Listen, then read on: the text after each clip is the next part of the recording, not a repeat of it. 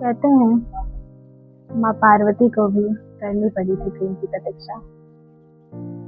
जब महादेव तपस्या में लीन थे, तब माँ पार्वती जब उनके पास आई थी, तब वो तपस्या में थे। उन्होंने उनका काफी इंतजार किया, पर ऐसा नहीं है कि उन्होंने हार मान लिया। वो उनकी प्रतीक्षा करती रही और अंत में उन्हें वो मिल गए। बाय द वे, मैंने हाफ स्टोरी बताई है, कभी मौका मिलेगा तो मैं पूरी स्टोरी बताऊंगी। मैंने एक पोइट्री लिखी हुई है, तो आई वाना शेयर विथ यू। ओके, तो लिसन। कि कहते हैं पार्वती को भी करनी पड़ी थी प्रेम की प्रतीक्षा। पार्वती को भी करनी पड़ी थी प्रेम की प्रतीक्षा। तो तुम क्यों खो रहे हो?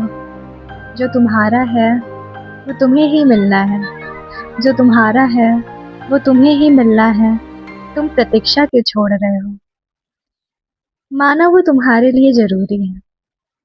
माना वो तुम्हारे लिए जरूरी है, पर यूं सब कुछ भूल बैठना भी तो नहीं सही है। एक दिन जब महादेव की तपस्या और पार्वती की प्रतीक्षा पूरी होगी, ठीक उसी तरह तुम्हारे भी जीवन में नए पन्ने की शुरुआत होगी। यूं कहने से ही कुछ नहीं होता। कहते हैं यूं कहने से ही कुछ नहीं होता। बिना धैर्य, निस्वार्थ और प्रत्याशा के बिना प्रेम नहीं होता। और अगर ये ना होता और अगर ये ना होता तो शायद महादेव और पार्वती का मिलन भी ना होता। तब न प्रेम होता, न प्रेम का रूप होता।